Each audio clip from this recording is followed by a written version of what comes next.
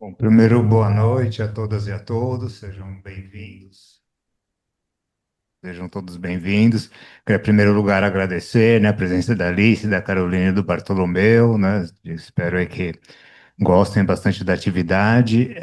A proposta do núcleo, ele é, então, núcleo de formação permanente, né? O CEP tem três núcleos de formação permanente. Aqui, no caso, né, o núcleo de formação de psicanálise em infância e adolescência, tá? O núcleo funciona todas as segundas-feiras. A gente propõe, né, a gente respeita o tripé de formação em psicanálise, então a gente propõe tanto o estudo teórico, né, a partir de três seminários de 18 horas, cada seminário ao longo do ano, sempre às segundas-feiras, das 18 às 20 horas, duas atividades, né, duas palestras também ao longo do ano, uma em janeiro, a que teremos hoje, uma palestra em julho, e também a supervisão semanal, né, em três horários também, sempre às segundas-feiras, a meio-dia, com a Renata, às 17 horas com a Gabriela Malziner, que também, né, atualmente coordena o núcleo, e às 20 horas comigo, tá bom? Então, a gente entende também, né, a prática supervisionada já como a primeira atividade do analista, né, um treinamento para escuta, e para aqueles que fazem parte do núcleo também tem a oportunidade de ingressar na rede de atendimentos do CEP para o encaminhamento, né, exclusivamente de crianças e adolescentes, tá bom? Então, eu espero que aproveitem a atividade, agradecer mais uma vez a presença dos palestrantes, sejam bem-vindos e uma boa atividade. Vamos lá, gente. Boa noite para vocês. Queria pedir que colocassem ali a minha apresentação de PowerPoint, que eu vou me guiando por ela. Ela estava na tela anteriormente.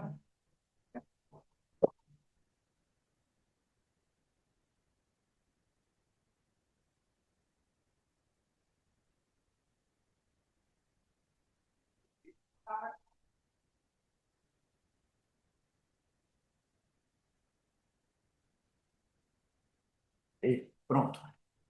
Pronto, então. Novamente, boa noite, pessoal. Obrigado pela presença de vocês aqui na sala. Muito obrigado também pela presença de todo mundo que está online. Soube que são várias pessoas, um número aterrador de pessoas, inclusive. Essa é a primeira aula que eu estou dando no ano, né? Então, eu estou um pouco enferrujado, voltando das férias, mas vamos lá. Essa aula é baseada nessa ideia aqui: adolescência e a questão borderline, o que que a gente pode realmente diagnosticar. Eu pensei em fazer o seguinte, em derivar essa aula de um artigo que foi publicado agora recentemente, ele está aí na tela para vocês verem, foi um artigo que eu fiz em parceria com as colegas Alice e Carol foram minhas alunas na universidade, fizeram um TCC de conclusão de curso, um TCC brilhantemente executado, que derivou num artigo e incrivelmente já foi publicado, né? Os colegas têm aí 6 meses de formato e a gente conseguiu publicar um artigo. Eu acho que isso diz da qualidade do trabalho e isso diz também da questão, né? A gente está falando sobre a possibilidade de diagnóstico, esse debate a respeito da questão diagnóstica e da problemática borderline na adolescência em específico. O que eu vou falar para a gente, né? A gente vai dividir o tempo aqui mais ou menos em meia hora, cada um de nós. Vou trazer alguns conceitos fundamentais para a gente poder solidificar o campo e, na sequência, as colegas vão fazer as falas delas. E aí também acredito que vai dar um pouco de tempo para a gente conversar. Eu vou falar do quê? Né? O que a gente diagnostica, qual tipo de diagnóstico a gente pode fazer, vou falar desse conceito da organização de personalidade, vou falar sobre a adolescência também num campo, né, definidor, campo conceitual, síndrome borderline da adolescência, a ideia da adolescência enquanto um período sensível, que nós temos ali, e os fatores socioecológicos para o risco de um transtorno de personalidade. Esses são os tópicos que eu vou abordar. Pois bem, o que a gente diagnostica, né? O que são, né, diagnósticos? Diagnósticos podem ser feitos de duas maneiras, basicamente. Eles podem ter um caráter mais inferencial, contextual e dimensional, ou eles podem ser mais descritivos, né? Diagnósticos descritivos vocês encontram nos manuais DSM, a CID, que tem mais essa lógica. O diagnóstico numa modalidade inferencial, contextual e dimensional é o que o psicanalista faz em seu consultório quando ele trabalha nessa lógica e sempre de alguma maneira pensando, né, o caso clínico. O diagnóstico pode se voltar para uma experiência complexa ou a uma síndrome artificial. Esse asterisco ali diz que tem alguma coisa para eu ler aqui.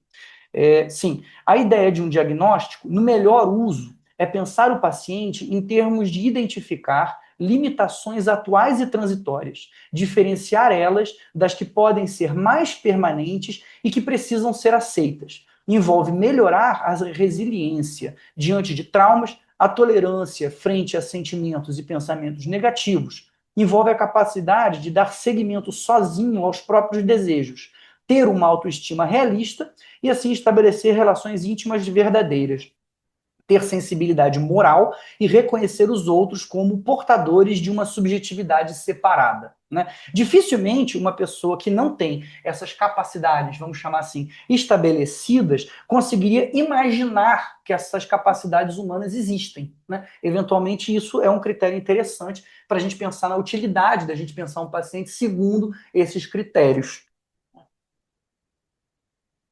Diagnóstico. Ah, não, já foi isso aqui, pronto. Aí a gente tem um exemplo aqui. Ah, apareceu no minha tela, que bom.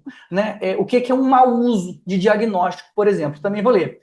Um sutil efeito social do diagnóstico categórico. Né? Ele pode contribuir para um tipo de autoestranhamento, a reificação dos estados do self para os quais a pessoa implicitamente renega a responsabilidade.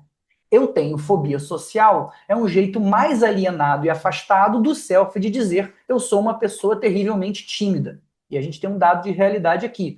Quando a sua patente do Prozac, que é fluoxetina, né, expirou, Eli Lilly colocou a mesma receita em uma pílula cor-de-rosa, chamou-a de Serafem e criou uma nova doença, o transtorno pré-menstrual.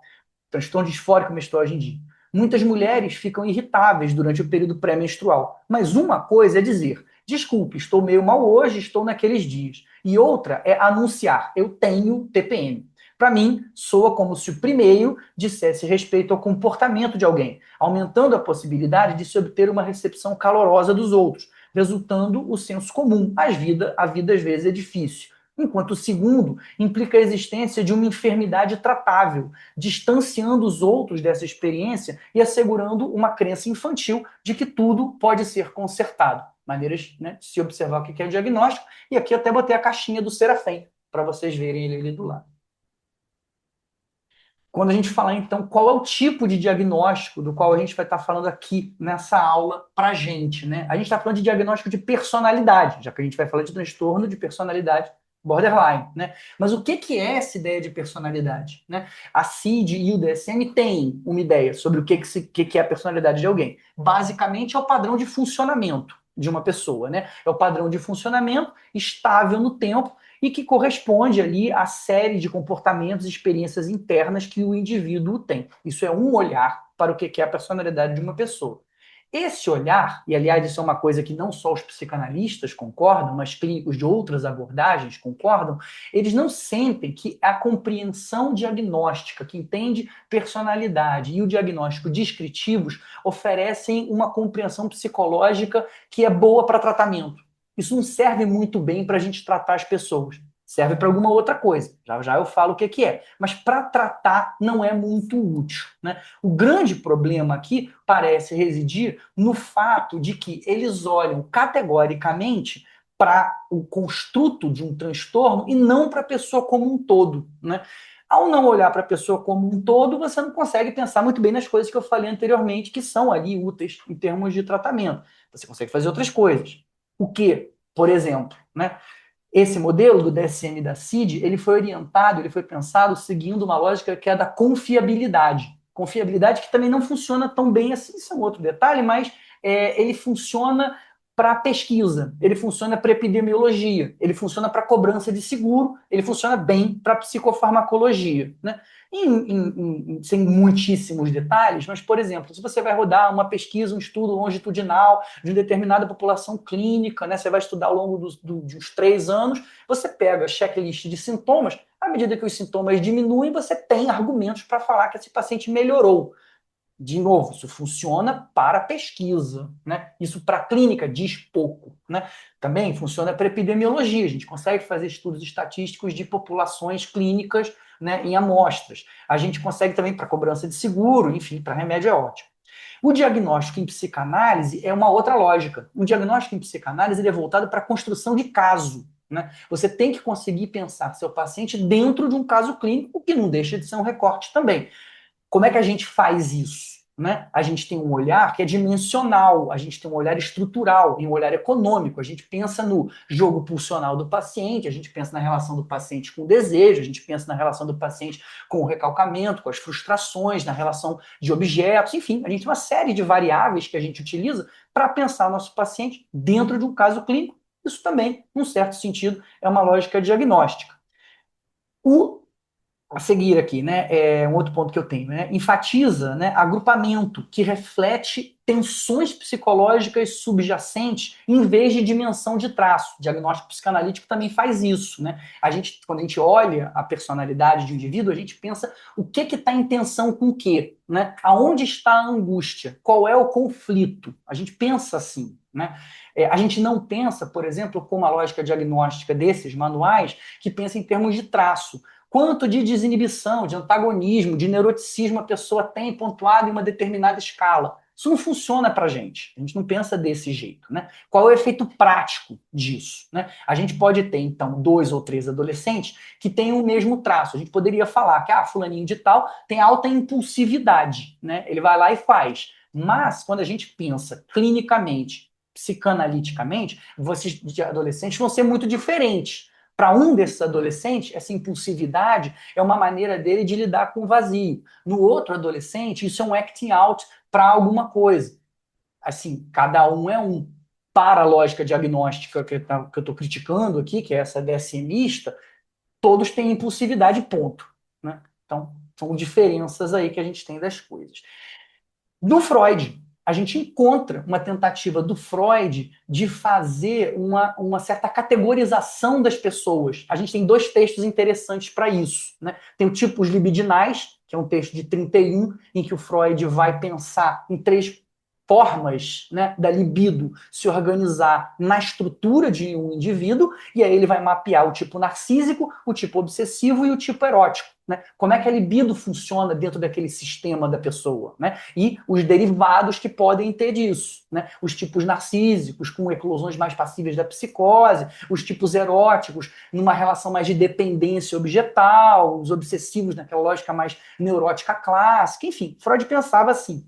Um outro texto interessante do Freud é esse das exceções, alguns tipos de caráter encontrados no trabalho psicanalítico. Caráter é um termo que aparece na psicanálise aqui e ali, é um termo que conceitualmente não tem a pujança de outros conceitos, pulsão, libido, não tem essa pujança, né? Mas caráter é usado para pensar em termos de fixação do circuito pulsional. Né? E nesse texto, do alguns tipos de caráter, quando Freud fala sobre caráter, ele está falando da importância de reconhecer o caráter do seu paciente para entender os limites que ele tem, que, se transpostos, levam o sujeito à própria ruína. Então, muito interessante essa ideia freudiana. Também tem uma outra coisa que o Freud faz nesse texto, que também é da ordem diagnóstica, que lembra as modalidades que a gente encontra em clínicas diagnósticas, que é a anedota. Né? Freud pega, por exemplo, de Shakespeare, Ricardo III. Ricardo III, que nasceu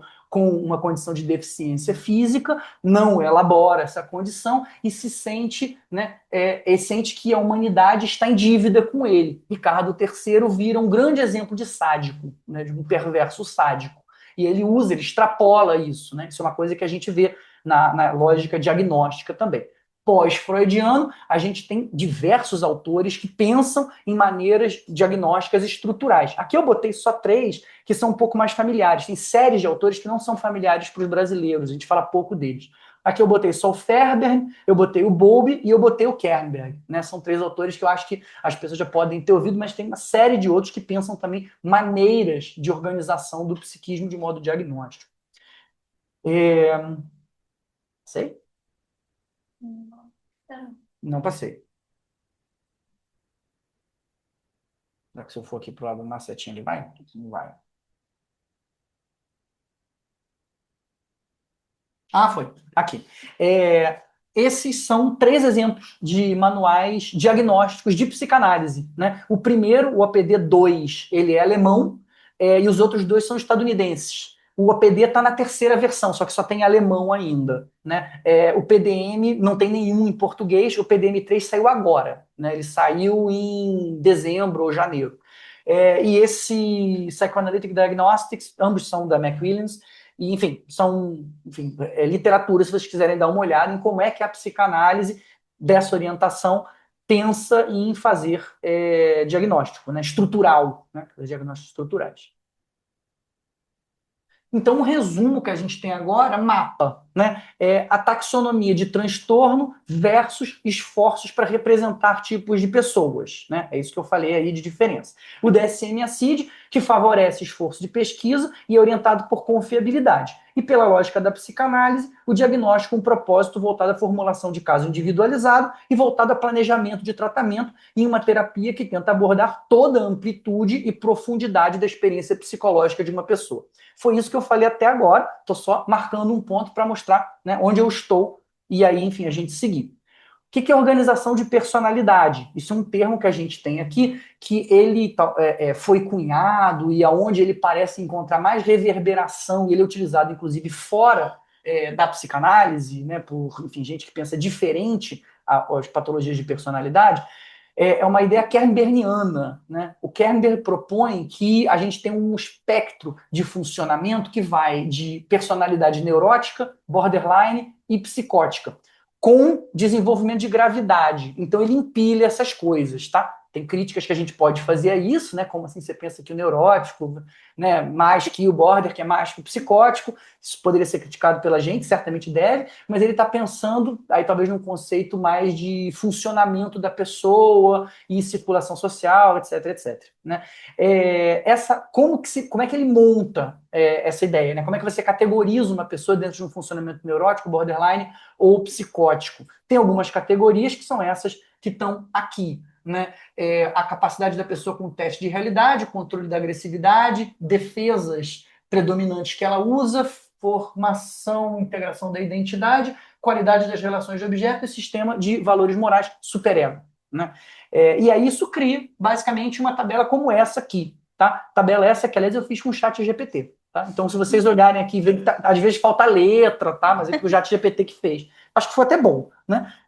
Se vocês olharem, uma organização neurótica de personalidade, ela tem uma identidade integrada versus a uma organização borderline de personalidade que tem difusão da identidade. Em breve eu explico essa ideia para vocês, mas a ideia de uma difusão quer dizer que a pessoa tem mais uso da clivagem nos meios operacionais dela, né? Tem menos uso de recalcamento. Numa pessoa neurótica predominam mais as defesas maduras versus nos pacientes borderline, onde predominam mais defesas arcaicas. Identificação projetiva, recusa mais radical, enfim. E uma coisa que a gente observa também, que o teu paciente neurótico, ele tem um estilo de apego que é relativamente seguro. Qual a implicação prática disso? Você não precisa fazer muita coisa que ele vai desenvolver uma aliança terapêutica contigo. Né? Ele vem, ele faz uma transferência, as coisas vão homeopaticamente, em determinado momento você, esse cara tá me confundindo com o pai dele, esse cara tá me confundindo. Enfim, a coisa vai mais sutil.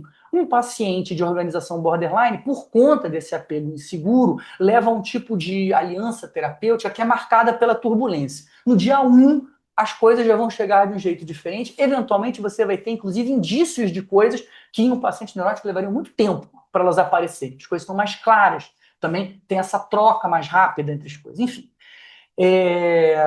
só para mostrar um pouco do que é isso, é do nível de organização de personalidade. Supostamente eu passei o slide, passei. Adolescência, né? O que é adolescência? A gente precisa fazer uma certa definição da coisa, né?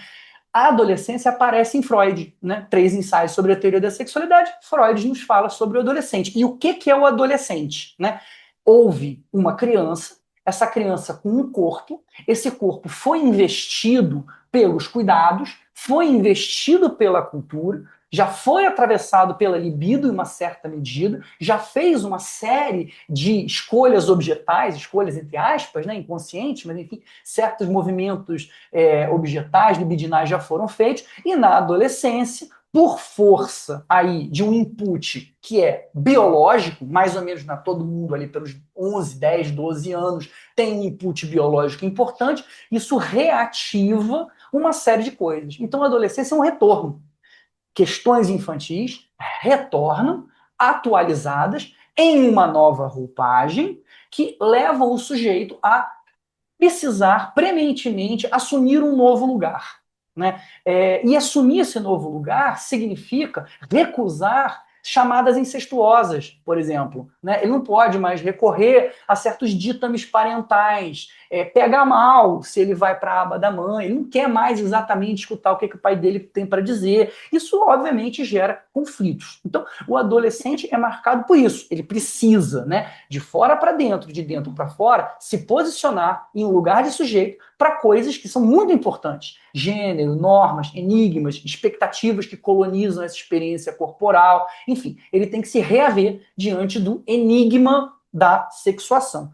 Isso aí é o adolescente, né? E ele vai usar defesas altamente fortes e binárias para se proteger dessas coisas. Tudo bem, faz parte do jogo, né?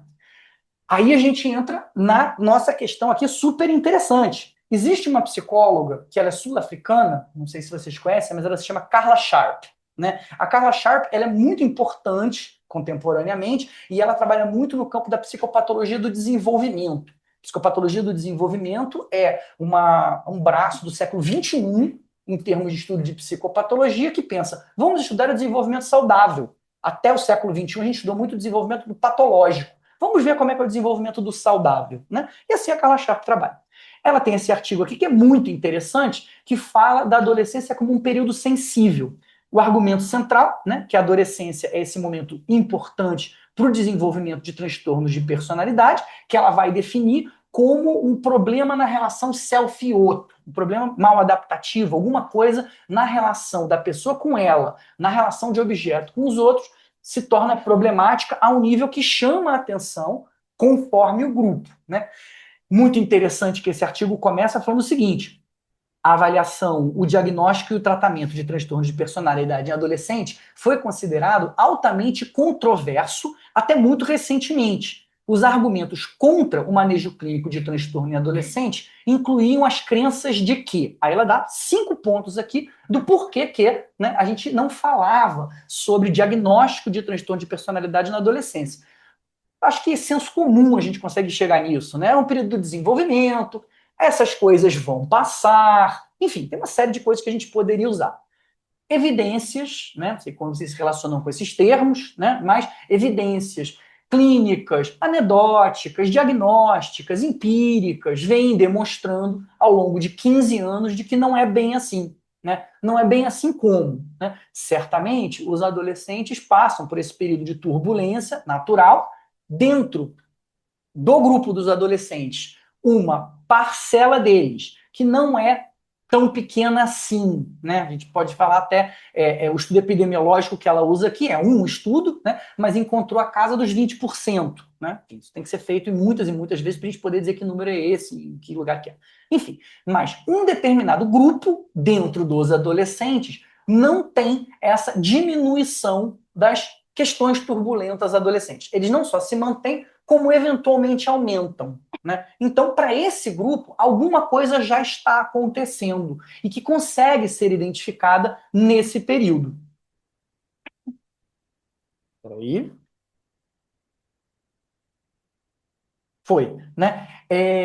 O que ele mostra para gente, o que ela mostra nesse texto para gente aqui é uma coisa importante, que é a ideia assim: a gente tem que entender que existe variação e trajetória. Né? Variação é o quanto de sintomas uma pessoa apresenta. Né? Um adolescente pode ser muito sintomático no sentido da sua impulsividade, no sentido do uso de substância, no sentido de uma depressão, no sentido do que quer que seja. Né? Isso é variação. Trajetória é o percurso no tempo.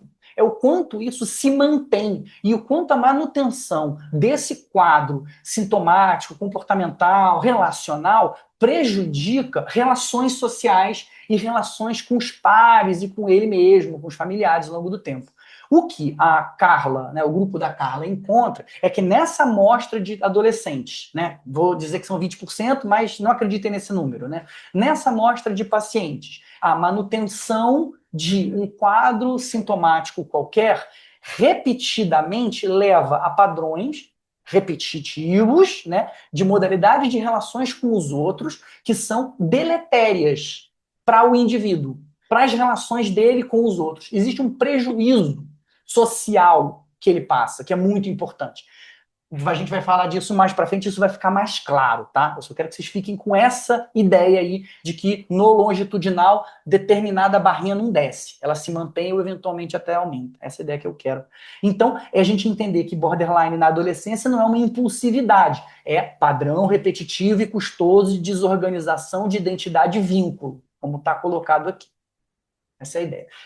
No artigo, a Carla apresenta essa imagem dessa pirâmide aqui, que eu acho que ajuda a gente a entender também. Vamos lá. Na base, a gente tem prejuízos externalizantes e internalizantes. O que isso quer dizer? Externalizantes, uso de substâncias, envolvimento com brigas, sexo em situações de perigo, enfim, para fora. Internalizantes, ansiedade e depressão, né? Basicamente. A base está aí, né? A pessoa que tem essa base, que aliás é igual entre gêneros, como vocês podem ver, né? A pirâmide ela é certinha aqui, é a sustentação que leva um determinado grupo, olha como é que é uma pirâmide, então ela diminui, né? Leva a um determinado grupo de pessoas a ter o que se chama de critério A. Critério A é critério de entrada para diagnóstico. O que é o critério de entrada para diagnóstico quando a gente pensa em personalidade, transtorno de personalidade? Prejuízos nas relações interpessoais com os outros e na própria identidade. Né? A pessoa tem uma relação caótica com a imagem de si mesmo, com a continuidade dos seus gostos, com a imagem internalizada que ela tem do outro, com a sua autoestima, com a sua vontade de fazer as coisas, enfim, né? Existe uma manutenção disso. E aí, lá na ponta da pirâmide, lá em cima, um grupo muito menor de pessoas vai ter desordens dos pensamentos, né? Thought disorders, né? Que são as psicoses. Essa pirâmide basicamente serve para mostrar isso para a gente. Hipótese, né? Porque até agora eu falei algumas coisas que não tratam, não trazem para a gente uma ideia de causalidade. Mas vem cá, e aí? O que leva uma pessoa, né, a desenvolver um quadro borderline da adolescência? Isso é hipótese, tá, gente? A gente não sabe a verdade disso, isso é uma construção que a gente faz. Mas existe essa hipótese de uma síndrome da depressão do abandono. Do que se trata? A gente está falando de um bebê pequenininho, né, bem pequenininho, que por condições internas dele, então tem um material que vem com ele, existe algum padrão dele de modalidade de apego, existe alguma relação dele com a pulsão, existe, enfim, alguma coisa interna que encontra alguma coisa externa. Né? Encontra um externo que é uma ambiência, é um ambiente que ele não favorece a separação. É um ambiente que favorece uma modalidade de percepção nesse bebê pequeno, psicossomática ainda, mais de uma espécie de luto não sentido, não elaborado. Isso nesse bebê muito pequenininho. Né? Daí vem essa ideia de uma depressão. Depois, lá pelos seus 17, 18 meses, uma criança aí nos seus 1 ano e pouco, 2 e poucos anos, ela passa, né? A Margaret Mahler, que foi uma psicanalista que migrou para os Estados Unidos, ela fez fases do desenvolvimento, aliás, essa autora é interessantíssima, e ela propõe, ela observa, né? Isso é observacional, que as crianças passam por uma fase de separação e individuação muito importante, que é a de retorno, né? A criança testa o ambiente, ela vai um pouquinho e volta um pouquinho. Quer ver isso na prática? Vai na pracinha, olha a criança pequenininha, a criança que corre um pouquinho para frente, olha para trás, vê se está tudo bem, corre mais um pouquinho, ou corre, pega um negocinho, traz de volta para a mãe. É isso. A criança está testando a possibilidade dela de se afastar. Nessa fase, uma criança que já tem ali, né, aquilo que a gente falou anteriormente, de um fundamento, de uma síndrome, né, depressiva, de luto não elaborada. Nessa fase, deve sofrer, né, a gente está fazendo aqui uma hipótese, deve sofrer um reforço por parte desse ambiente que deve reforçar nela a dependência, né, ou penalizar ela pelo afastamento. Isso pode vir dessa modalidade, né, ou pode vir por um empuxo forte para se distanciar logo, né, tanto faz. né? Mas faz que isso coloca essa criança numa fase aqui onde a separação é introjetada e internalizada como rejeição e ameaça. É isso que fica para ela. No somatório das duas coisas, a gente vai ver aí uma modalidade de defesa que se instala no psiquismo dessa criança. Ela vai ter, então, uma parte, um self clivado, com uma parte que é onipotente e também fracassada, que o único destino da onipotência é o fracasso, né? E uma relação no campo do objeto que é gratificante e rejeitadora ao mesmo tempo, né? Isso fica instalado dentro dela. E aí, em oportunidades de se relacionar com os outros, isso ativa essa tendência de enlutamento nessa criança e essa modalidade aonde as experiências são vividas aí, aonde a ideia de que se separar, crescer, se desenvolver é uma ameaça, né? Uma ameaça à sobrevivência. Essa é a hipótese que a gente faz. Isso é baseado, tem uma série de autores que ajudam a gente a pensar nessa ideia. Depois, com o tempo, não quero me extrapolar muito, eu falo disso. Já estou fechando a minha parte. Importante passar para vocês também esse conceito aqui. A gente tem um sujeito chamado Peter Fonagy, que vocês devem conhecer. Peter Fonagy, ele, pela Anna Freud Institute, ele é um psicanalista, que também tem uma formação de neurocientista, e ele monta um conceito-chave que se chama mentalização. Vou falar disso para vocês rapidamente, né?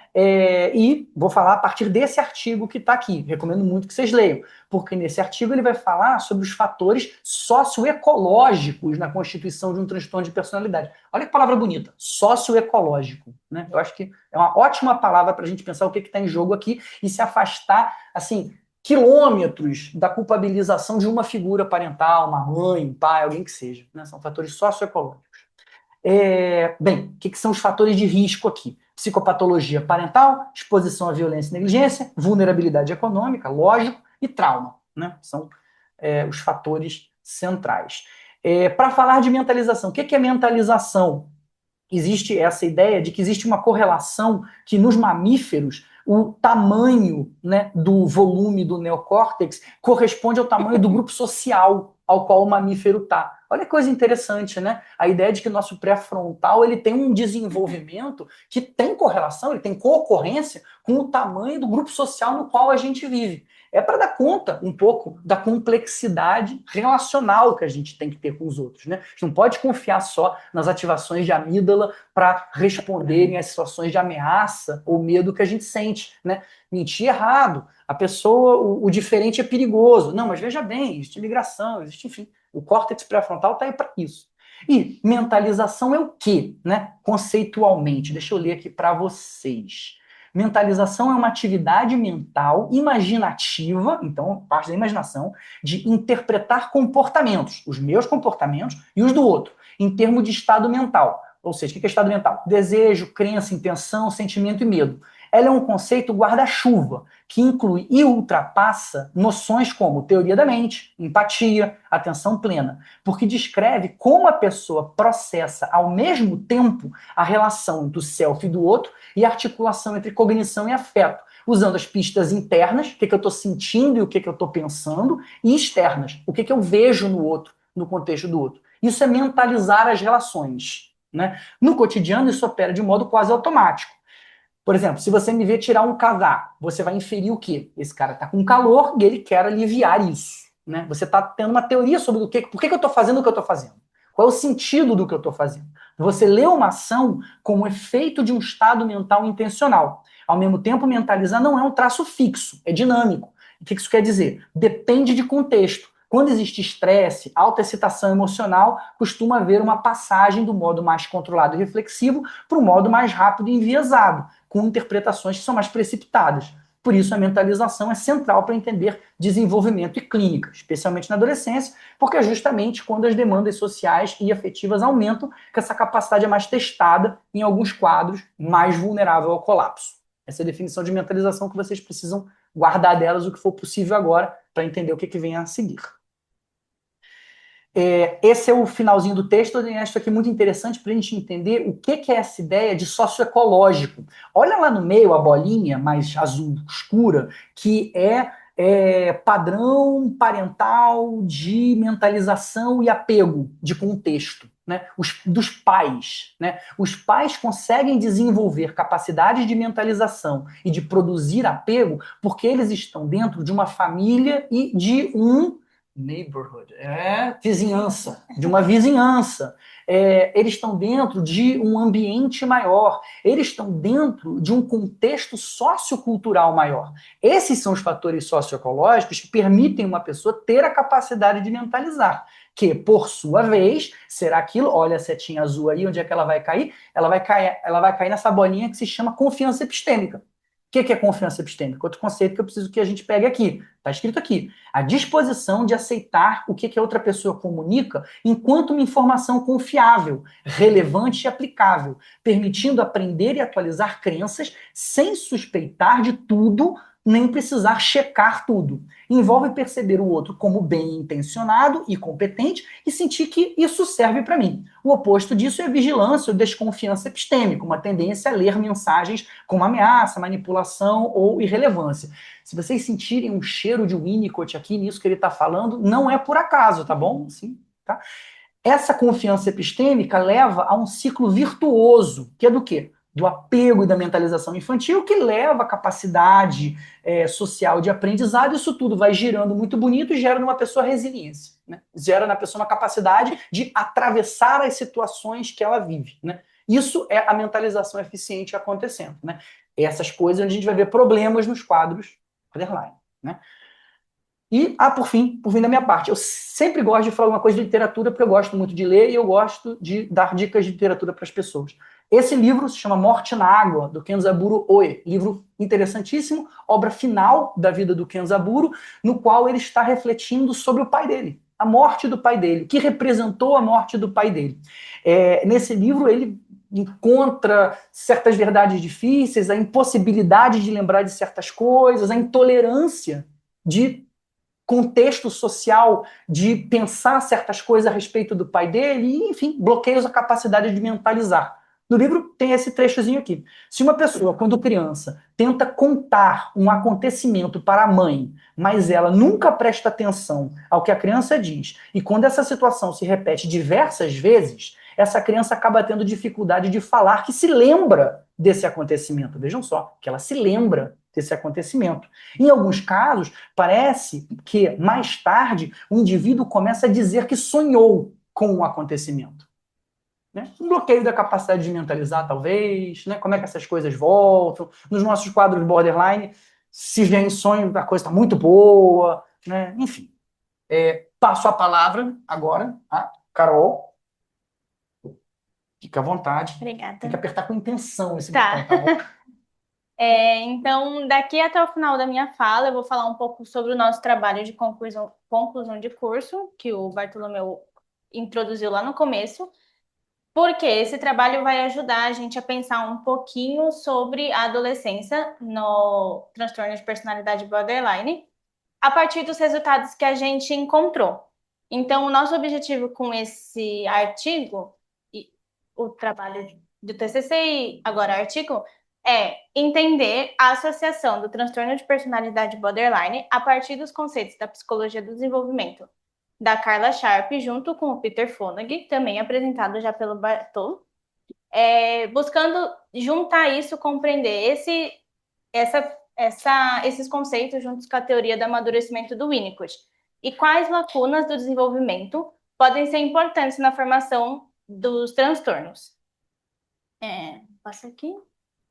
Foi, meu Deus do céu. Passei 2 vezes. Passei milhares de vezes. Deixa eu ver. Nossa, eu passei absurdamente muitas vezes. Voltou. Foi. Então, aqui eu trouxe para a gente ver um pouquinho os artigos dos resultados que a gente encontrou e vou comentar um pouquinho sobre eles. Não todos, que foram bastantes, mas vou trazer eles. Então, o nosso trabalho foi dividido em 3 eixos. O primeiro eixo, a gente trouxe a relação do apego e da mentalização com o transtorno de personalidade borderline. Então, para iniciar, eu trouxe alguns artigos que a gente encontrou que fala sobre a compreensão desse transtorno. Então, esse primeiro do Peters, eles buscaram investigar sintomas diferentes e semelhantes do borderline nos jovens e adultos. Eles acabaram encontrando que as questões de suicídio são mais presentes nos jovens do que nos adultos, e nos adultos estão presentes as dificuldades das relações interpessoais. E aí, como um sintoma comum entre os dois está a difusão de identidade e a instabilidade afetiva. E aí, complementando isso, a gente tem o artigo de baixo, que é do Leichering, de 2024, que eles realizam um estudo sobre o transtorno de personalidade borderline como um todo. Então, eles buscam entender a etiologia, os sintomas, o diagnóstico e o tratamento desse transtorno. E no que diz respeito à etiologia, eles encontram que, além da predisposição genética para se desenvolver, também tem a influência do ambiente, que afeta os sujeitos desde a infância deles. E aí, no quesito tratamento, eles falam sobre a importância da intervenção precoce e citam dois tipos de intervenções que eu vou citar aqui bem brevemente, que é a teoria comportamental dialética e a terapia baseada em mentalização, que são dois dos principais que são usados para a intervenção nesse transtorno. Ainda falando um pouco da intervenção precoce, verdade, muita coisa de pensar. Então, ainda falando na intervenção precoce, a gente tem outros dois artigos que a gente encontrou, que é do Boni e do Trump, que eles discutem essa importância do diagnóstico precoce a fim de diminuir os prejuízos na vida adulta do sujeito, e falam que sintomas depressivos, de problemas de identidade e instabilidade afetiva, eles tendem a melhorar durante o tratamento. Então, agora, indo para a parte do apego.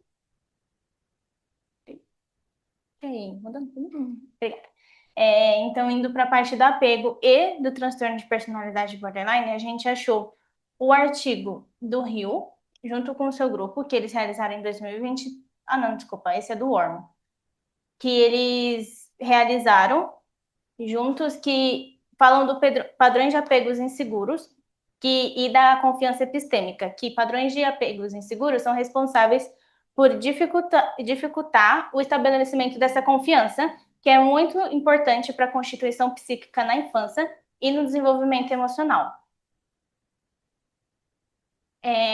Então, aí sim, aparece o artigo do Rio, junto com seus colegas de 2023, que eles investigam o desenvolvimento da personalidade junto com os domínios sociais. Esses domínios, eles são de extrema importância para o sujeito interagir em diferentes âmbitos que ele circula. E para que isso aconteça, é necessário uma boa capacidade de mentalização. Então, aqui nesse artigo, a gente encontra que uma mentalização excessiva, ou seja, a hipermentalização, que é quando há uma interpretação excessiva dos estados mentais de si mesmo e dos outros, não dependem apenas desses domínios, mas também da intimidade do vínculo que se tem com as pessoas com quem eles interagem.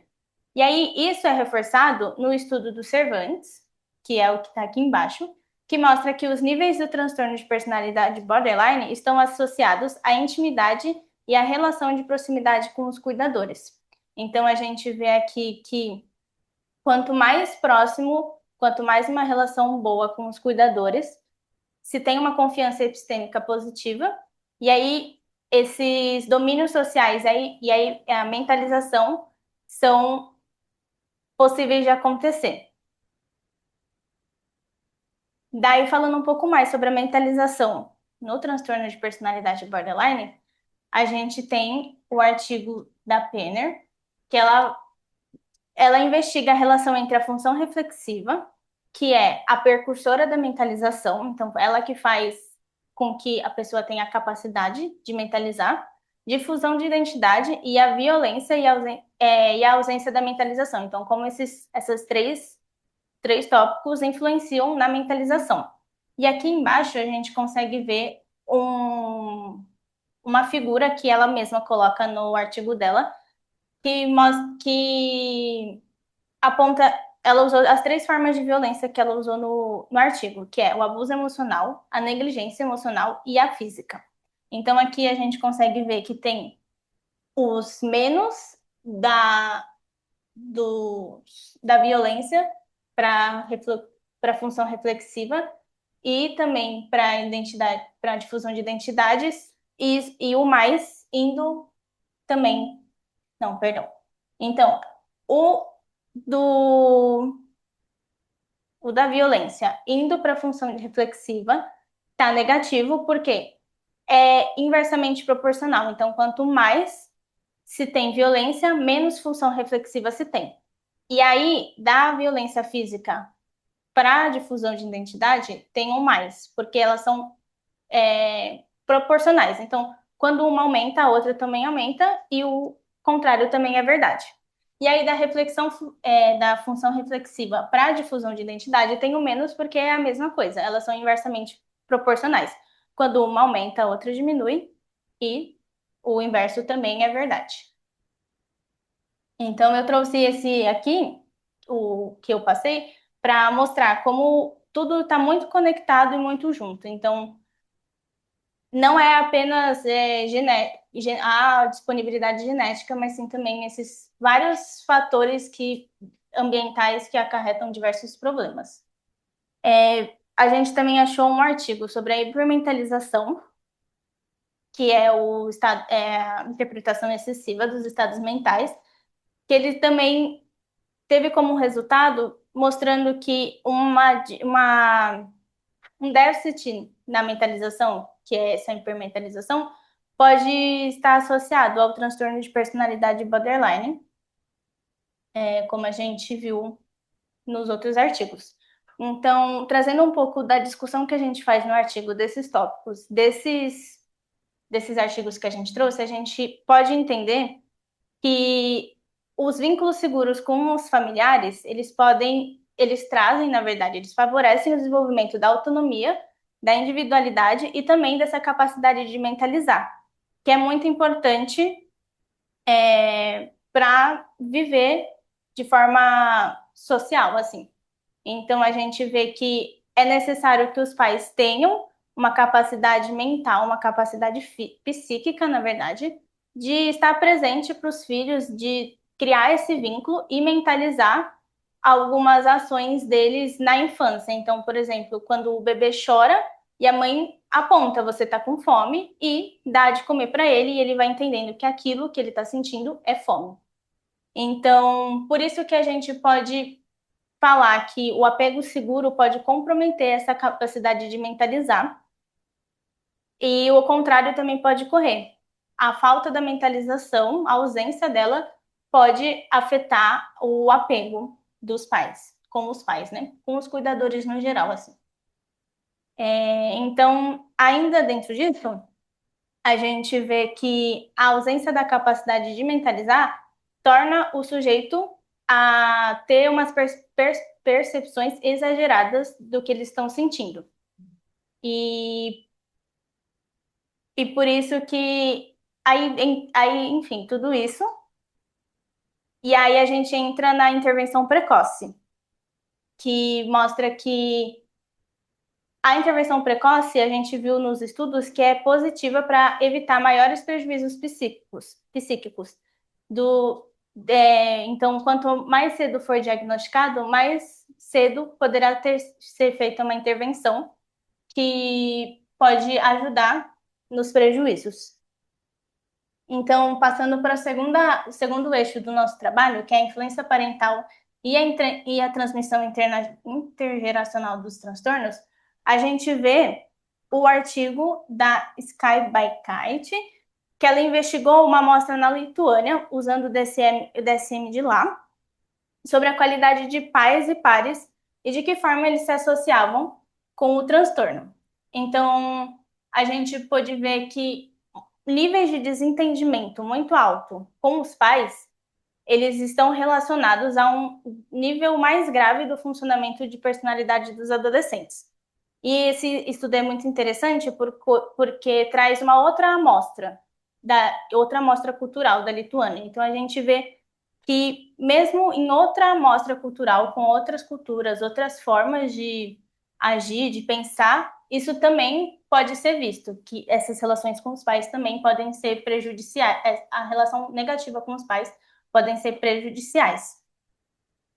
E aí, ainda falando dessa influência parental, esse artigo aqui que a gente achou nas nossas referências, nas nossas referências, eles observaram as funções reflexivas das mães, então a capacidade delas de mentalizarem.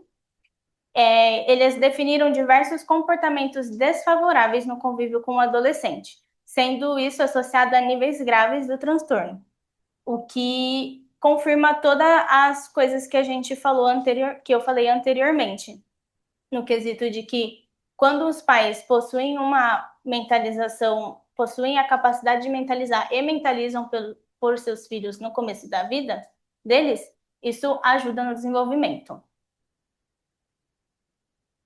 Ainda aqui a gente achou um artigo que fala sobre mães que têm traços de personalidade borderline e como isso afeta os filhos. Então, os resultados desses artigos mostraram um pouquinho também do que eu acabei de falar, que mães com traços do transtorno, elas se envolvem em mais comportamentos parentais negativos e menos positivos, o que afeta também o funcionamento de personalidade dos adolescentes. Aqui no eixo 3, que é o último eixo que a gente montou o nosso artigo, a gente busca entender a teoria do amadurecimento do Winnicott e as convergências clínicas das teorias da psicopatologia do desenvolvimento com essas teorias. Então, falando um pouquinho aqui agora sobre a teoria do amadurecimento do Winnicott, eu coloquei aqui alguns conceitos importantes para a gente entender, que é o ambiente facilitador, que ele vai favorecer a integração, ou seja, a constituição do eu, e vai diferenciar o eu do não eu, que isso é extremamente importante na hora que a gente fala do transtorno de personalidade borderline, porque a pessoa que tem esse transtorno, ela não consegue diferenciar, então tudo é muito misturado e muito junto e não tem essa diferenciação. Aqui outro conceito importante é a falha no ambiente, que quando o ambiente falha diversas vezes de forma grave, isso pode acontecer, isso pode desenvolver o falso self patológico. Então, o Winnicott fala que todos nós temos um falso self saudável e que ele que faz a gente ser um ser social, que o nosso self verdadeiro não daria conta disso. Mas quando o ambiente falha diversas vezes, esse falso self, ele se torna como se fosse um mecanismo de defesa para se proteger do mundo externo e não ser invadido. Então, o Winnicott chama isso de agonias impensáveis, quando o mundo externo é tão caótico, tão demais, muito para a pessoa, para esse sujeito, que acaba se tornando uma agonia impensável e ele se sente invadido. A mãe suficientemente boa também é um conceito muito falado pelo Winnicott, e aí aqui a gente sabe que não é a mãe em si, mas a pessoa que faz o papel materno, e nada mais é do que ser uma mãe suficientemente boa, é se conectar com o bebê a partir do que ele chama de preocupação materna primária. Então, é você saber, assim, se conectar com o bebê de uma forma que só pelo choro você já sabe, talvez, o que ele tá com fome, se ele tá com sono, se ele precisa de outra coisa. E ainda na parte do Winnicott, ele fala muito que essa preocupação materna primária é possível porque é como se a mãe regredisse a ponto de lembrar o que a mãe dela fez com ela na infância. Então, isso se sustenta no artigo das mães e da importância delas fazerem esse papel, porque quando a mãe já teve essa essa memória de ter sido cuidada desse jeito fica mais fácil também, talvez, para ela cuidar desse bebê, porque é como se ela se lembrasse, bem entre aspas, assim. E aí, aqui, falando um pouquinho da adolescência no Winnicott, que eu acho que o Bartô falou isso também com os conceitos da psicopatologia do desenvolvimento, mas o Winnicott também fala que toda essa bagagem que o bebê tem desde a infância, tudo que ele constituiu, todas as etapas que ele passou e tudo que ele conquistou nessas etapas é importante para a fase da adolescência, porque quando se tem um sujeito bem integrado na adolescência, todas as fases turbulentas desse momento vão ser não mais fáceis de se viver, mas talvez não seja tão invasivo, não seja tão crítico, não seja tão turbulento assim. E aí, quando não se tem essa base muito boa, a adolescência e todas as questões que vêm junto com ela se tornam uma coisa muito pesada que o sujeito se vê invadido por todas essas questões. Então, falando um pouco sobre as convergências das teorias. As teorias que a gente apresentou nos artigos anteriores, que falam muito sobre a mentalização, a hipermentalização e a teoria não a teoria, mas o apego seguro, a gente vê que esses conceitos, junto com os conceitos do amadurecimento, da teoria do amadurecimento winnicottiana, se assemelham e destacam a importância do ambiente e dos cuidadores nesse processo do desenvolvimento da personalidade. Então, mais uma vez, retira o peso da genética apenas e vê que é tudo uma consequência de como aquele bebê foi cuidado e foi criado. Então, aí ainda a mãe suficientemente boa e o ambiente facilitador, junto com os conceitos de Sharp e da Fonig, da Sharp e do Fonig, e o apego seguro, eles possibilitam essa capacidade de mentalizar, possibilitam a capacidade de mentalizar. Então, tudo isso faz com que o sujeito se integre. Outros conceitos semelhantes são a hipermentalização e o falso self, porque para esses dois autores, a Sharp e o Fonig, a hipermentalização, ela nada mais é também do que uma defesa do sujeito para ser um ser social. Então, a partir da hipermentalização, ele acaba se adaptando a ambientes e relações, e o falso self também atua da mesma forma. Tanto que muitas vezes falam que as pessoas que têm borderline estão atuando, né? Porque não são elas de verdade, porque elas se moldam bastante dependendo do ambiente em que elas estão. Aí, três conclusões importantes que acercam o nosso trabalho. Então, como apontado inicialmente, o nosso objetivo foi compreender as lacunas que pode ter para esse transtorno surgir. E aqui a gente vê que o ambiente em que o sujeito está inserido e também a qualidade das relações são de extrema importância para a compreensão dessas possíveis lacunas. Então, quando a gente entende a história do sujeito, entende todas as particularidades que ele viveu, a gente consegue talvez entender o que aconteceu, que faltou para talvez o transtorno de personalidade borderline surgir e desenvolver. Ainda a segunda questão importante do nosso trabalho foi concluir que todas as nossas informações sobre o Winnicott não foram tiradas de artigos que juntam esses conceitos da psicopatologia do desenvolvimento e da teoria de personalidade borderline. Foi tudo tirado de livros próprios do Winnicott com textos dele. Então, a gente teve grande dificuldade de achar coisas que juntavam os dois, mas apesar de não ter achado, foi possível entender que, através da escrita do nosso texto, que apesar de serem diferentes, os conceitos eles se assemelham. Então, há particularidades diferentes de um e de outro, mas no geral, assim, eles querem falar sobre a importância desse ambiente, desses pais e desses cuidadores, e como isso tudo é importante para o desenvolvimento da integração do sujeito. E aí a última questão da conclusão é que os resultados apresentados, eles dão margem para um debate novo, que concerne ao diagnóstico do transtorno de personalidade, que ele sugere um modelo de cuidado e de atenção para as intervenções voltadas para o ambiente, ao invés de abordagens pontuais.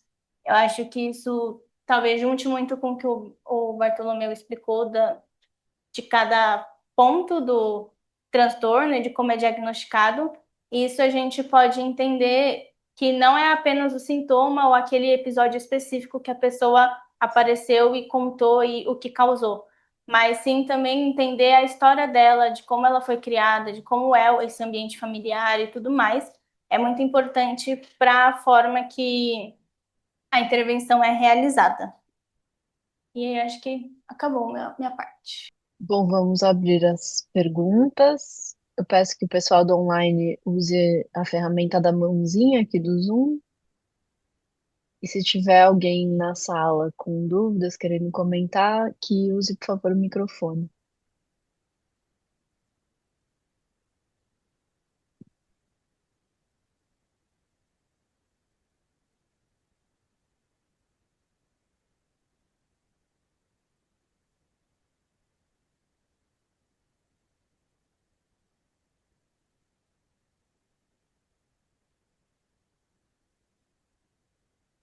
Silvia, vou abrir para você. Jéssica, aqui no auditório. Ah, tá. Vou na Silvia, depois no auditório.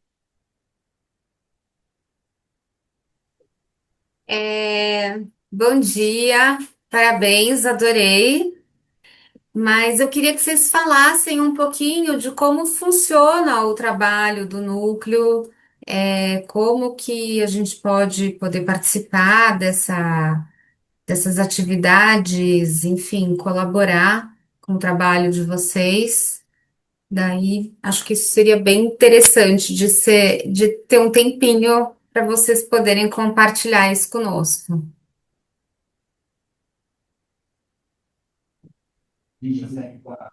Mas se fosse assim, se não fosse agregar um pouco de perguntas, mas eu queria um pouco que você esclarecesse, Silvia, como assim participar do grupo, você se refere a qual? O que a Alice trabalha aqui? Você poderia esclarecer um pouco? Eu entendi que tem a opção dos alunos do CEP serem voluntários do núcleo de adolescência e através de algumas ações e parcerias que vocês têm. Tá correto esse meu entendimento ou não? Passar para o Eduardo e ele é capaz de responder essa pergunta. Então, Silvia, tem um núcleo aqui de formação permanente, né, do CEP, em psicanálise da infância e adolescência. Ele é um núcleo de livre ingresso, né, a partir de uma carta de interesses, né, e de uma análise de currículo. Depois é feita uma entrevista com os coordenadores, e aí a gente faz justamente esse tripé de formação, né? Então, atividades teóricas, que são seminários teóricos, 3 ao longo do ano, de 18 horas.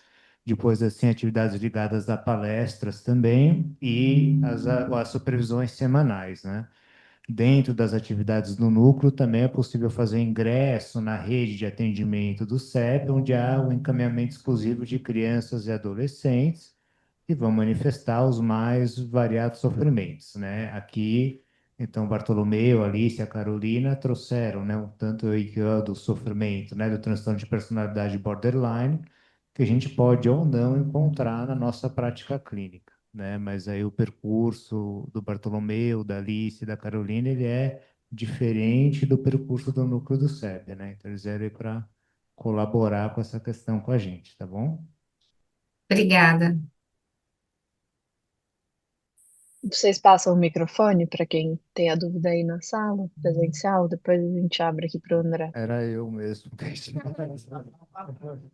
Tá na mão já.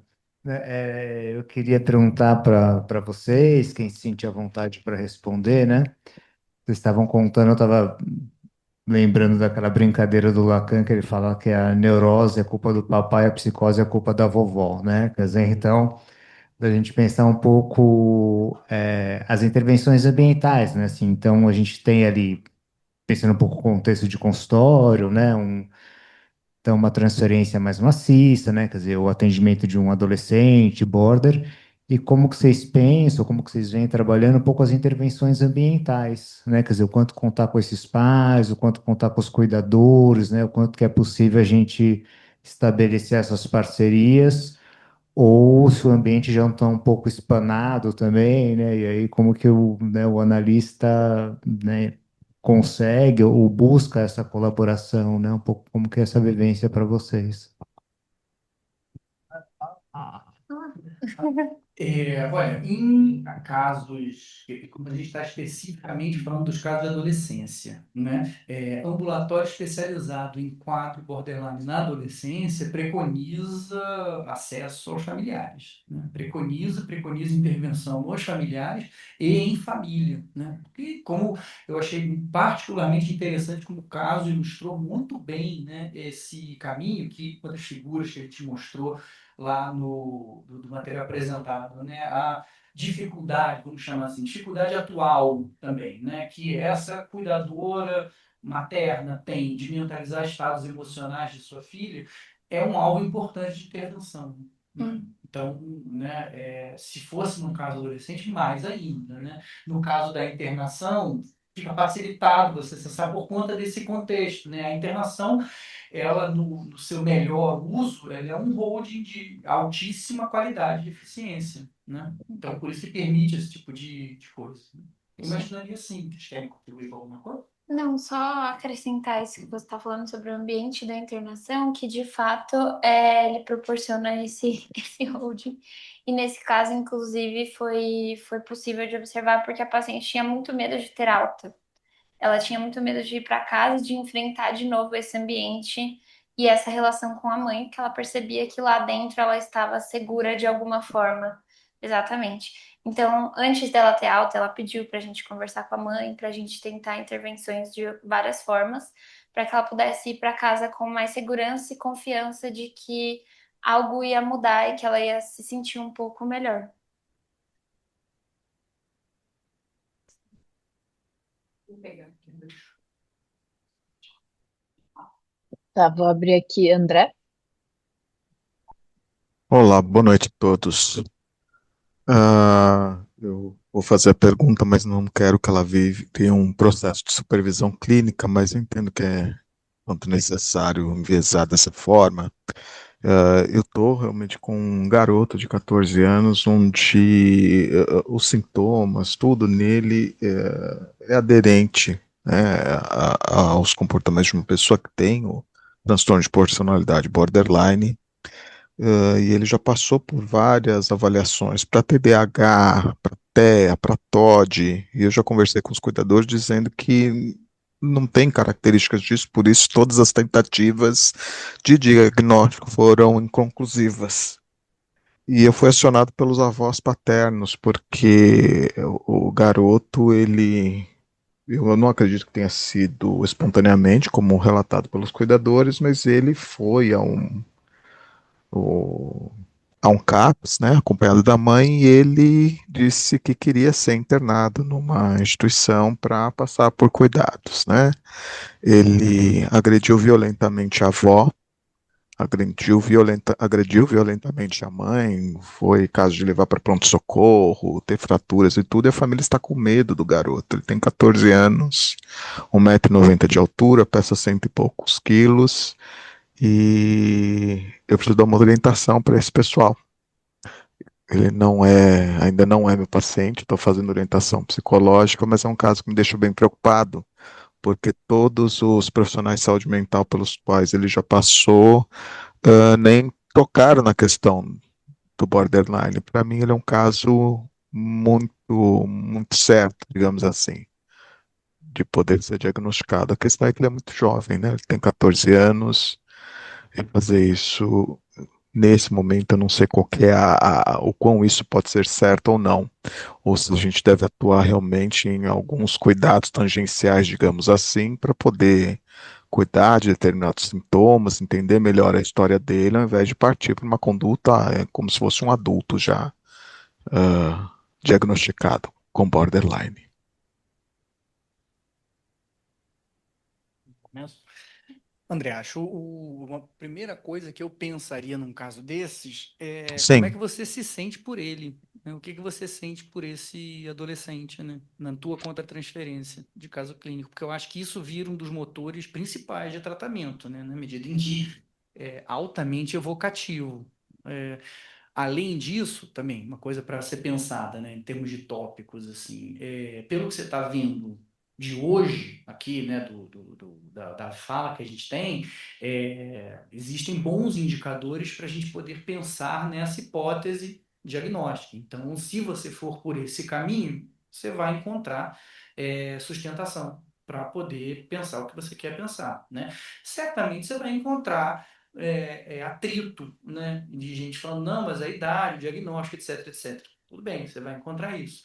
O que não impede que você tenha isso enquanto uma baliza interna de raciocínio clínico, né? Porque o melhor uso do diagnóstico vai nesse sentido, né? Eu tive um professor que ele falava, eu gostava muito dessa fala dele, né? Diagnóstico se escreve a lápis, né? É a ideia que você tem para você mudar alguma coisa, né? Então, eventualmente, isso pode servir como uma diretriz clínica interna sua no cuidado e no acolhimento com ele, que, enfim, eu achei que potencialmente pode ser realmente muito adequado. A gente vê nos quadros borderline masculinos mais condutas externalizantes mesmo, né? Então, enfim, em termos de palpite, né? Estou escutando só o que você está dizendo, né?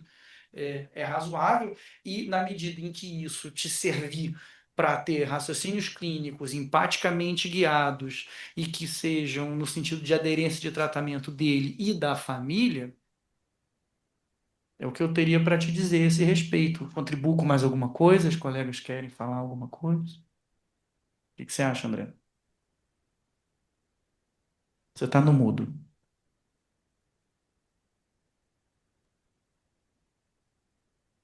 É que estão me mutando, gente. Eu posso falar? Voltou.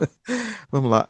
A questão é o que que deixou a questão crítica, né? A família é de classe média baixa, eles não têm como custear todo o tratamento do garoto, mas ele usa o sistema de saúde suplementar e tudo mais. É lógico, para que ele consiga todo e qualquer tipo de tratamento, a gente vai para a DSMização, digamos assim, né? Ele tem lá os critérios diagnósticos, ele cumpre, ele apresenta.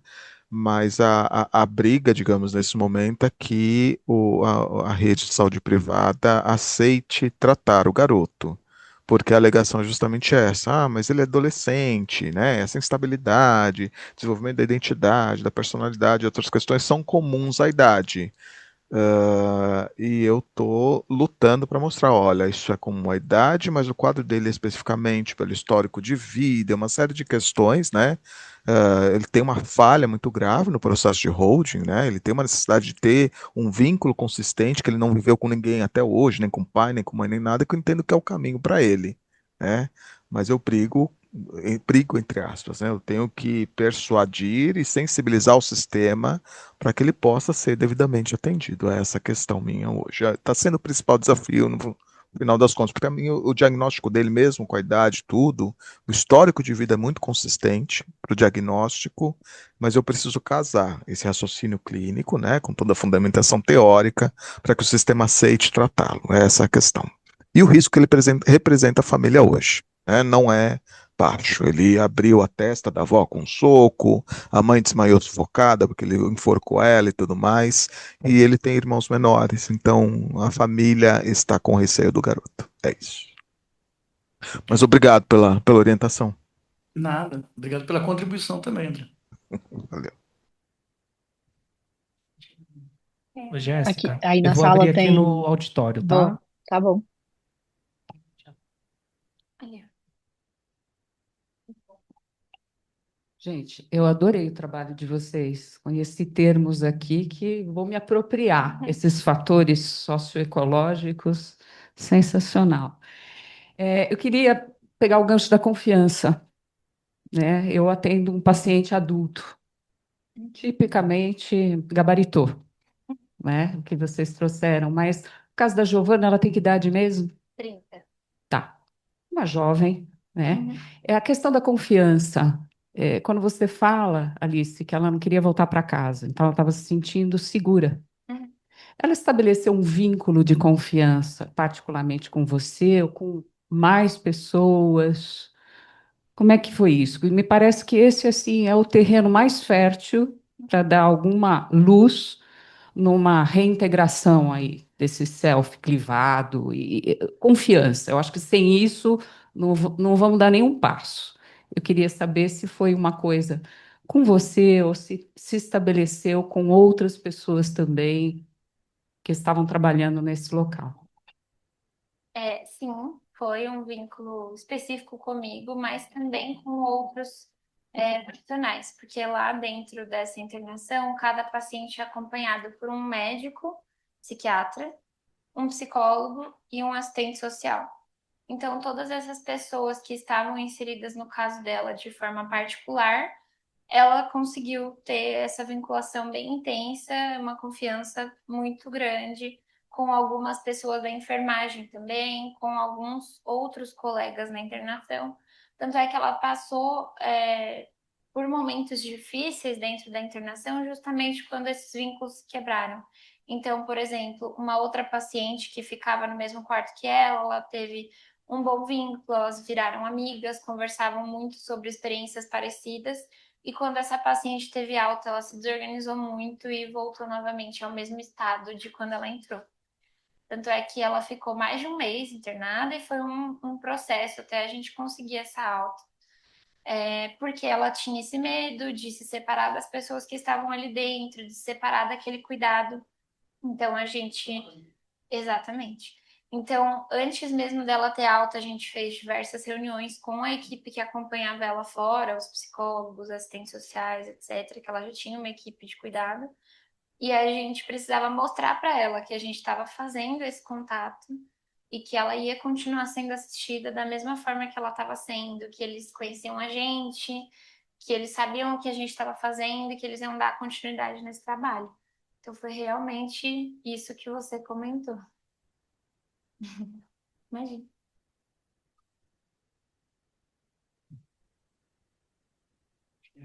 Acho que ela Eu não também sei a ordem, não. foi. Eu acho que sim. Eu falei, eu também ouço agora. Não é você? Só um minutinho, gente. Tem gente mediando lá. Tá confirmando as perguntas, tá? Jéssica, Oi? Aqui não, na sala não tem ninguém com a mão levantada, na sala online.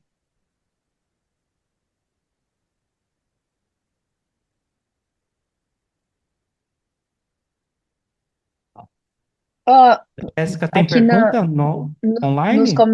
nos comentários tem algumas aqui, deixa eu ler. A Karina mandou: o caso clínico mencionado foi conduzido a partir da terapia baseada na mentalização? Se puderem comentar mais sobre essa modalidade de intervenção, manejo. Não, o caso não foi acompanhado por esse tipo de intervenção, porque dentro da internação a gente fica um pouco mais limitado e a intenção ali é que seja um acompanhamento breve para que o paciente possa ter alta e seguir o acompanhamento fora. Então, se ela, né, a paciente no caso, fosse seguir por esse tipo de terapia, teria que ser fora da internação, num acompanhamento de longo prazo.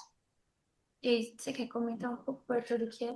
Dá para comentar alguma coisa que, enfim, é uma modalidade de ação clínica com suas características, mas não é nada diferente do que um psicanalista faz no seu consultório uma grande quantidade das vezes. Eu acho que, enfim, um resumo da coisa, basicamente, é você ter uma postura de não saber com relação à pessoa. Not knowing stance, né? Você não sabe o que está acontecendo, você mostra para a pessoa que você não sabe o que está acontecendo, mas você está muito disponível para, com o auxílio dela, tentar compreender, né, como está sendo a vivência que ela está experimentando do lado dela. Porque na medida em que ela compartilha com você como ela está experimentando as coisas do lado dela e você compartilha o que você está experimentando do seu lado, vocês têm uma melhor maneira de conseguir tentar ver um pouco do todo, né? É basicamente isso. Claro, tem detalhes, né? Mas tenho certeza que é muito parecido com o que vocês fazem, com o que a gente faz no consultório. e que é muito adequado, né, para esse tipo de paciente. Como vocês podem ver, eu achei que o caso clínico realmente ele é muito bom porque ele aplica diversas coisas que a gente falou, né? Como é que você produz uma postura de confiança epistêmica, né? Não sabendo, né? Aonde está um sofrimento matriz nessa paciente, na impossibilidade de mentalizar conteúdos que essa cuidadora primária tinha, talvez, aí aqui a gente está hipotetizando, né? Talvez por um sofrimento muito grande dessa própria cuidadora que não quer muito chegar perto de certos conteúdos dela própria, talvez, né? Enfim. Eu vou só ler aqui a Raquel antes de abrir para a Cida, que ela perguntou qual o nome da instituição que a paciente passou. Acho que a gente não deve dizer. Eu acho que a gente não deve dizer. Acho que não também, por questões éticas. Cabe. Vou abrir aqui para a Cida.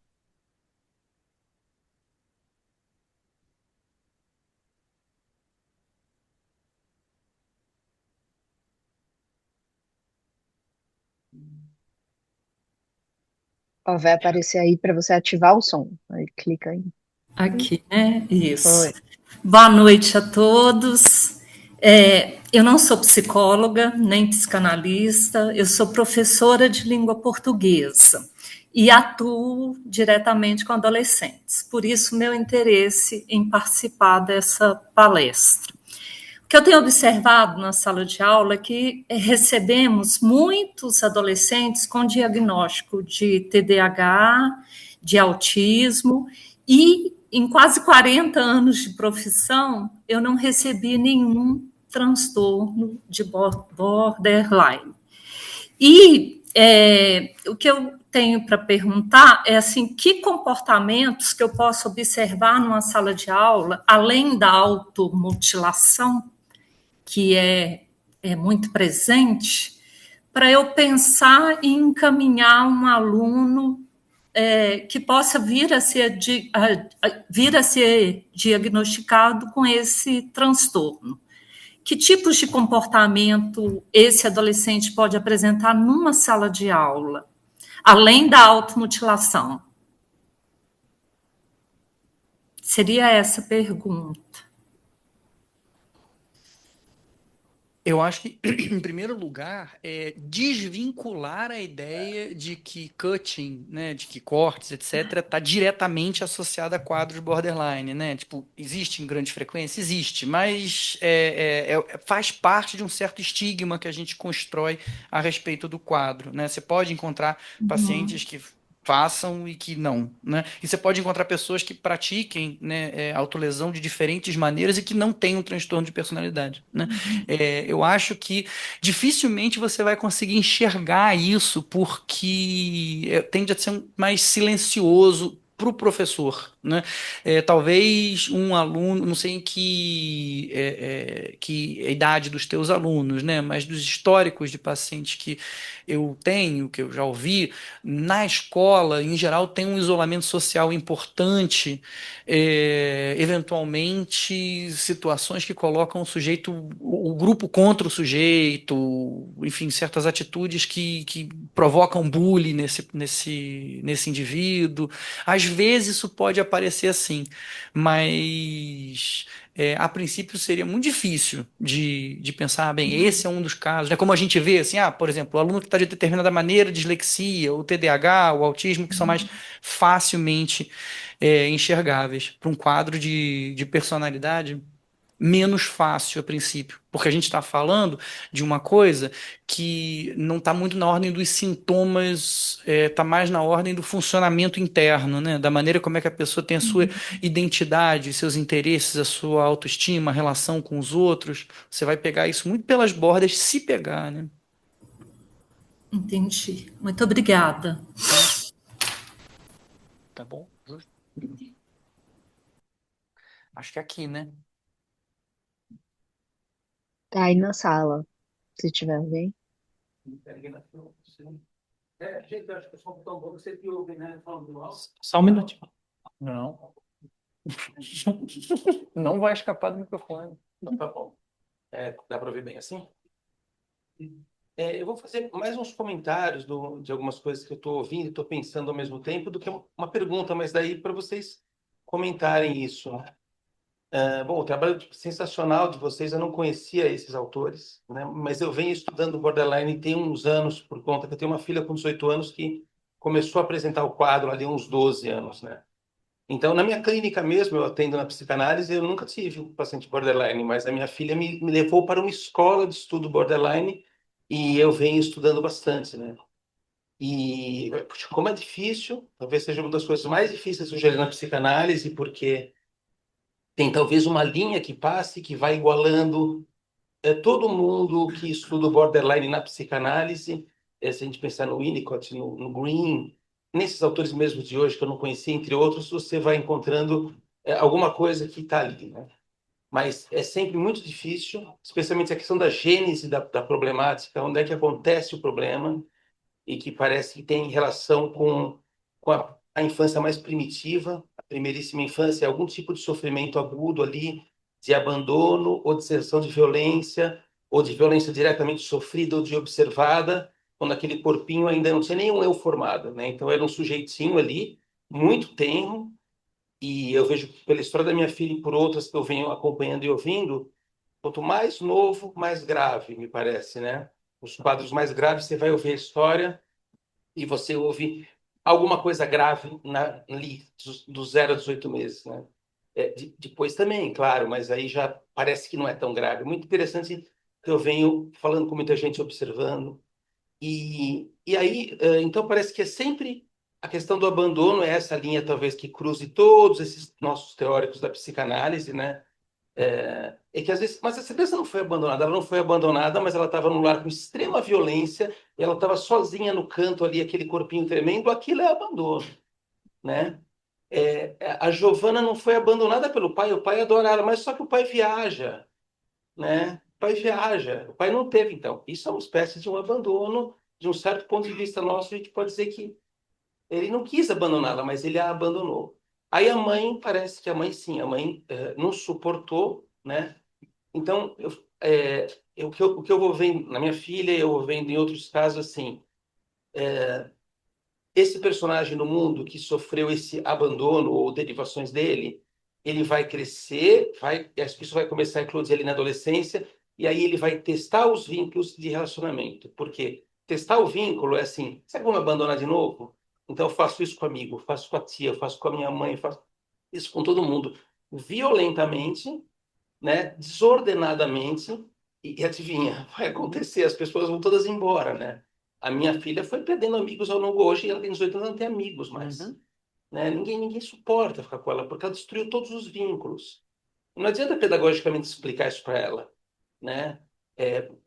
Porque é um movimento que não é nem do recalque, é da ordem da cisão, que aconteceu. Só uma explicação rápida: minha filha foi adotada quando ela tinha 1 ano, por mim e pela minha ex-mulher, e ela era uma menina que vivia em abrigo. Então, ela tinha cuidadores ótimos, eram uns abrigos maravilhosos, mas era no sistema institucional. Então, você não tem ninguém. O Winnicott explica isso tão bem. Não tem ninguém seu, mas todo mundo cuida de você. Mas em sistema de turno empresarial. Imagina o abandono que essa criança sofreu. Chegou para a gente com 1 ano, foi uma criança feliz. Na adolescência começou a aparecer os traços, né?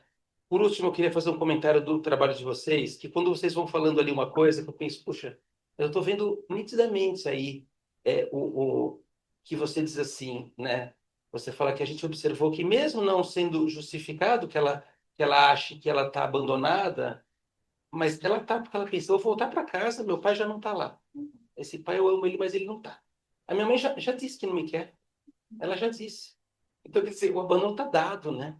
E é tão triste e perverso a vivência do borderline, que às vezes eu percebo que a gente não percebe, né?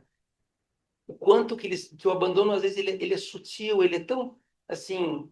Minha filha tem amigas que falam, não, adoro ela, mas é que a gente está sem tempo, tio. Já aconteceu de eu procurar umas amigas para fazer alguma coisa, parei de fazer isso.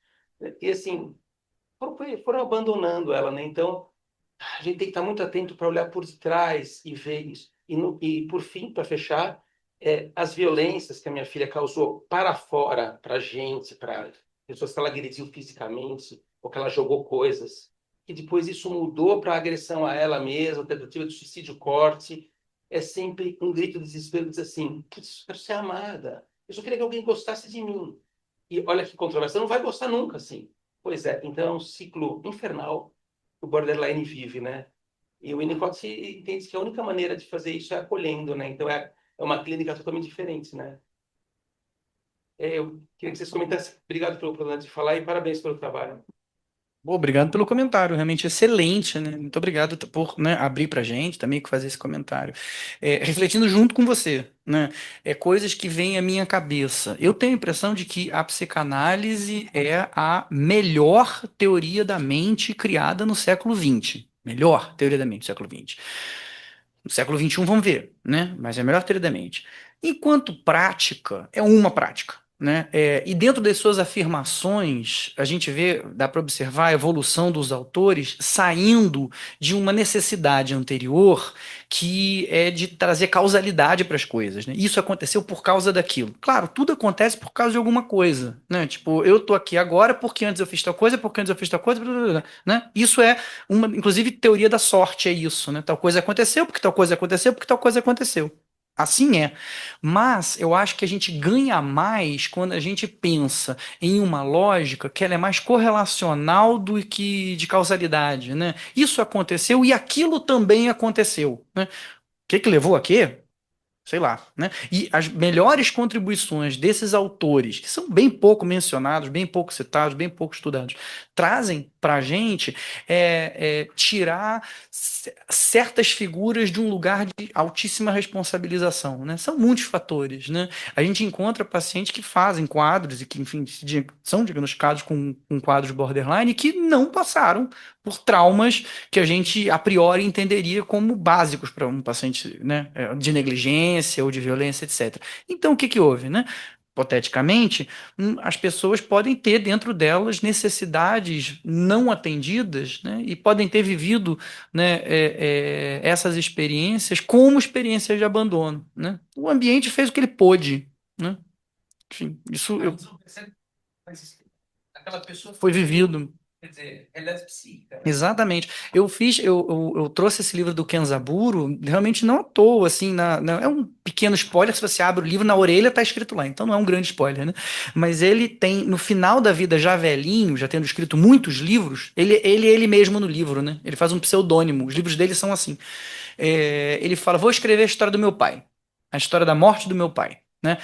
E o pai dele morreu afogado, né? E aí começa o livro com um poema do Eliot, inclusive sobre afogamento, etc, etc. E ele tá lá louco para escrever essa história, né? História de um afogamento.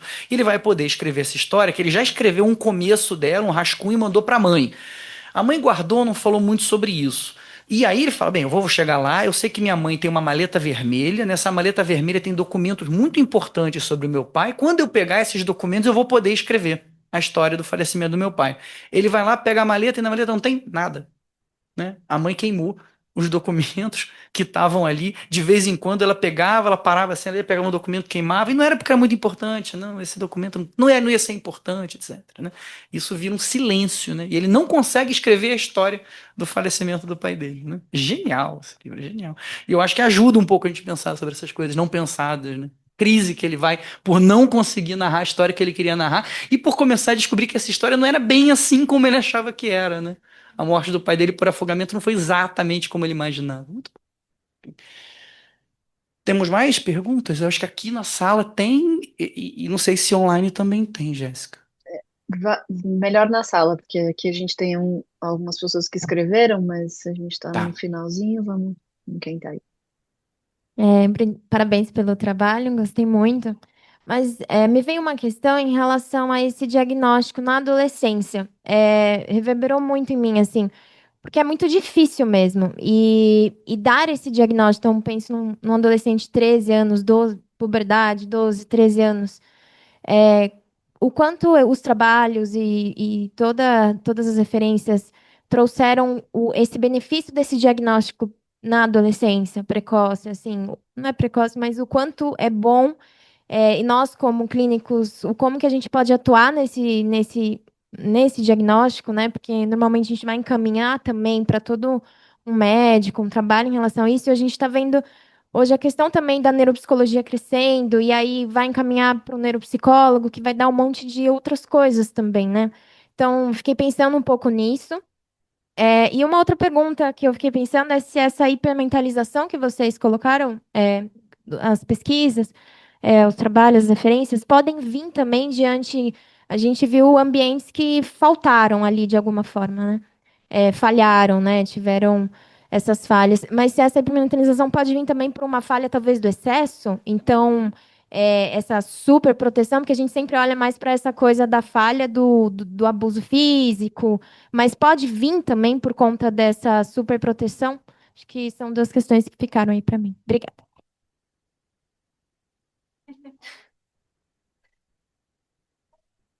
Tá bom, vou eu. Primeira coisa que você falou, né, sobre dar um diagnóstico, nem é possível, né, no sentido de que esse diagnóstico não existe, né, oficialmente. O que a gente encontra, o que a gente está trazendo aqui, no mundo da pesquisa, né, eu acho que um dos grandes valores desse trabalho que as colegas, né, construíram é esse, é fazer o levantamento de campo e ver como vem sendo produzidas já a longa data marcadores e evidências e estudos que demonstram isso.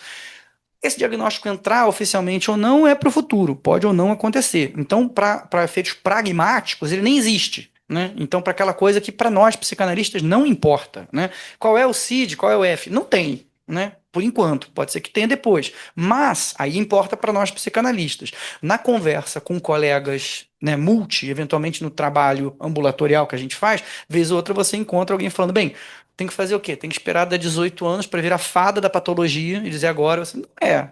Né? A gente sabe que não é. Né? Assim, então, o que a gente faz? A gente trabalha entendendo isso dessa maneira e fazendo, né, se guiando pelas orientações que a gente tem a partir de uma lógica diagnóstica. Né? Quando você está com um paciente que você entende ter alguma coisa nesse funcionamento de personalidade, você vai fazer um tipo de atuação com um tipo de holding que para outro talvez você não fizesse. Né?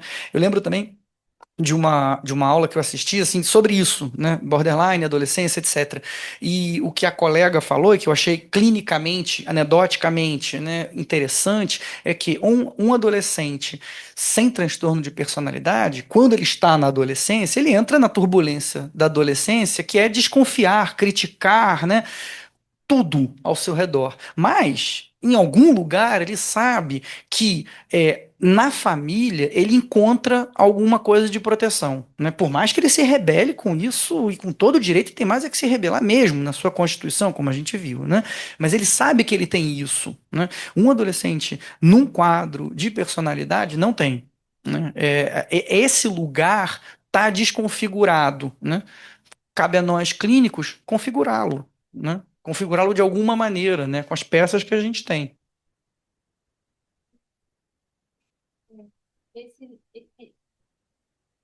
O não ter esse lugar não é só na falta, mas sim no excesso também, que torna-se algo, não queria dizer essa palavra, mas aversivo para aquele indivíduo.